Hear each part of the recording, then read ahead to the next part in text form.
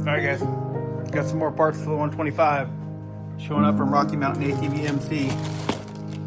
OEM throttle cable. That's the little rubber gasket for the little rubber mount for the tank.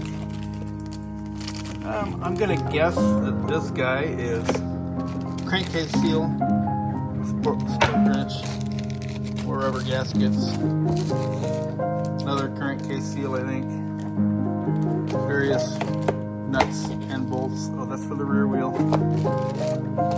Huh, yeah, we know what that is, gas tank mount. But yeah, pet talk stuff. May not need all of this stuff, but probably gonna need most of it, so let's go. Thanks for Rocky Mountain ATV MC.